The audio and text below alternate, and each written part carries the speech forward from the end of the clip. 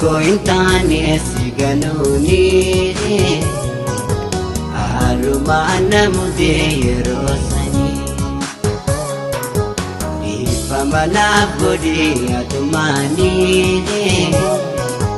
badintu burgudo dakani edito intane siganuni arumana muderosani Pamana bodi atumani badintu burgudo dakani